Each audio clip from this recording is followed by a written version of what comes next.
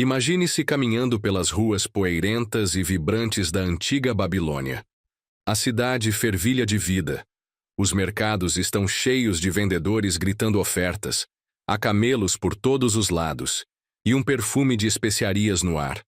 Nesse cenário milenar, surge a figura de um homem que não só acumulou riqueza, como também entendeu os segredos para multiplicá-la, protegê-la e viver com abundância.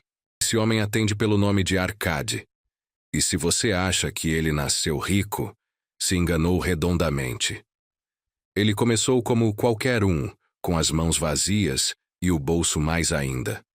A diferença é que ele teve a esperteza de aprender como a grana realmente funciona. E é disso que trata essa obra escrita por George S. Clason, um verdadeiro manual de sabedoria financeira disfarçado de fábula antiga. A história começa com dois amigos, Bansir, o fabricante de carruagens, e Kobe, o músico, que estão frustradíssimos com sua eterna falta de dinheiro. Eles se perguntam por que, apesar de trabalharem duro, vivem no sufoco enquanto outros nadam em moedas de ouro. Sabe aquele papo de "eu trabalho tanto e continuo pobre"? Pois é, esse já era um dilema no tempo dos zigurates e das sandálias de couro. A boa notícia é que eles decidem parar de reclamar e vão atrás de quem entende do assunto. Arcade, o homem mais rico da cidade. Ao encontrar Arcade, eles descobrem que a riqueza não é uma questão de sorte, herança ou mágica misteriosa. É uma questão de disciplina, inteligência e, sobretudo, de hábitos. Arcade, com a paciência de um sábio e a convicção de quem já comeu muito pão sem manteiga, começa a ensinar o que aprendeu ao longo da vida. Ele diz que no início também era pobre como eles, mas decidiu aprender os caminhos do ouro com um agiota sábio chamado Algamish. Esse senhor foi o primeiro a mostrar que o ouro obedece leis e que quem entende essas leis pode enriquecer, mesmo começando com uma moedinha só. A primeira coisa que Arcade aprendeu e que fez questão de ensinar aos seus amigos é que é preciso guardar uma parte de tudo o que se ganha. Parece simples demais para ser verdade, mas é justamente essa simplicidade que faz a mágica acontecer. Enquanto a maioria gasta tudo o que ganha, ou pior, gasta mais do que ganha, Arcade diz: separe uma parte para você antes de pagar qualquer outra pessoa. Ele dizia que, se você trabalha duro e dá todo o seu dinheiro para os outros, o padeiro, o mercador, o alfaiate, então está trabalhando para os outros. Mas se você guarda uma parte, por menor que seja, começa a trabalhar para si mesmo. E aí, meu amigo, é quando o jogo vira. Depois de entender que guardar é essencial, vem a segunda lição: fazer o dinheiro trabalhar para você. E não é abrir um perfil de investimentos no celular e sair apertando botões aleatórios. É investir com sabedoria, fazendo com que cada moedinha guardada se transforme num pequeno operário que gera novos rendimentos. É como plantar uma semente que dá frutos, e esses frutos têm sementes que também vão crescer e dar mais frutos. Arcade explica que o ouro multiplica-se de maneira impressionante, desde que não seja enterrado ou torrado em apostas malucas ou negócios que ninguém entende. Mas aí vem o pulo do gato. Não adianta nada juntar e investir se você não protege o que tem. É aqui que entra a lição da cautela. Arcade sofreu na pele os erros da empolgação financeira. Uma vez, investiu suas economias com um fabricante de joias que não sabia nada do assunto. Resultado, perdeu tudo. A dor foi tanta que ele quase voltou a trabalhar só por comida. Por isso, ele aprendeu que o melhor a fazer é buscar conselhos de quem entende do assunto. Quer investir em trigo? Fale com quem cultiva trigo. Quer investir em imóveis? Fale com quem constrói casas. E se um amigo seu, que nunca viu uma plantação na vida, aparecer com uma proposta milagrosa de investimento em cebolas gigantes, fuja como quem vê um cobrador num domingo à noite. Arcade também ensina que devemos manter os gastos sob controle. Isso é fundamental. Ele alerta contra o hábito de confundir desejos com necessidades. A maioria de nós acha que precisa de mais dinheiro porque os desejos aumentam junto com os ganhos. Mas a verdade é que os desejos são infinitos, enquanto os recursos são finitos. Ele diz que é possível viver bem, e até com fartura, se você souber domar os desejos e planejar os gastos. Não é ser pão duro, é ser esperto. Com o tempo, essas lições transformam não só os amigos de Arcade, mas também toda a cidade. O rei da Babilônia, impressionado com o sucesso de Arcade, o convoca para ensinar seus conhecimentos ao povo. E é aí que as coisas ficam ainda mais interessantes.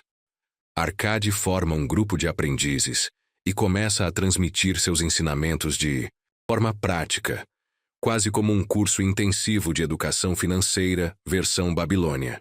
Entre os aprendizes está um jovem chamado Calabab, que ouve com atenção cada palavra e percebe que, mesmo nas histórias mais simples, há verdades profundas sobre dinheiro, ambição e liberdade. A narrativa vai se desenrolando com pequenas histórias dentro da grande história.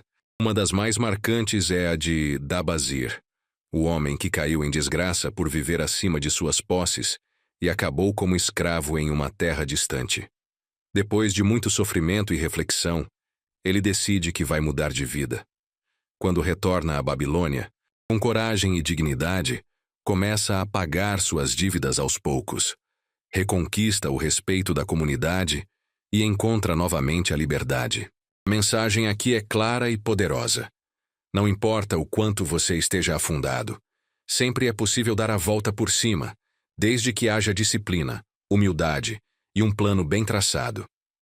Ao longo do livro, outras pérolas de sabedoria são lançadas, com a leveza de quem conta uma boa história ao redor de uma fogueira. Aprendemos que o seguro é um investimento valioso, que uma casa própria é mais do que um bem material, é um alicerce emocional e financeiro, e que a generosidade também faz parte do ciclo da riqueza. Arcade não ensina só a acumular dinheiro, mas a viver com propósito, ajudar os outros e construir um legado. E, falando em legado, o próprio George S. Clason deixou o seu ao escrever este livro. Ele poderia ter se contentado em ser mais um empresário do setor gráfico, mas decidiu compartilhar essas histórias com o mundo. E olha só o que aconteceu. Quase um século depois, seguimos lendo, relendo e aplicando os princípios babilônicos em nossos cartões de crédito, boletos e contas bancárias digitais. Porque, no fundo, a sabedoria financeira é atemporal. O mundo mudou, mas a lógica do dinheiro continua firme como os muros da antiga Babilônia. E se você ainda está se perguntando se tudo isso se aplica ao seu dia a dia, a resposta é um sonoro sim. Essas histórias falam com a gente porque não são sobre cifras inalcançáveis ou estratégias de alto risco. São sobre comportamento, escolha e paciência. São sobre a arte de plantar hoje para colher amanhã, mesmo quando todo mundo parece estar correndo atrás de atalhos. São sobre respeitar o dinheiro como uma ferramenta poderosa, que pode construir liberdade ou causar prisão, dependendo de como é usado. Ao terminar o livro, é difícil não olhar para o próprio bolso com outros olhos. Aquela compra por impulso, aquele parcelamento desnecessário, aquele aumento de salário que foi direto para o ralo dos gastos, tudo começa a fazer sentido. E a grande sacada é que, para enriquecer, não é preciso ganhar na loteria ou herdar uma fortuna. Basta aprender com Arcade. Basta entender que guardar, investir, proteger e planejar são atitudes acessíveis a qualquer um, em qualquer lugar e em qualquer tempo. Então, se você leu até aqui, parabéns. Você acaba de receber um mapa do tesouro em forma de palavras. Agora cabe a você seguir esse mapa com passos firmes e mente aberta. Não espere mais um ano, uma promoção ou um sinal dos astros. Comece com o que tem. Faça o que pode. E, acima de tudo, persista. Porque, como diria Arcade, o ouro acorre de bom grado àqueles que o compreendem e o respeitam. Ah, E antes de você sair por aí com uma túnica imaginária e uma sacola de moedas de chocolate, não se esqueça de se inscrever aqui e deixar aquele gostei. Isso ajuda o conhecimento a circular mais do que camelo em Feira Babilônica. Até a próxima história.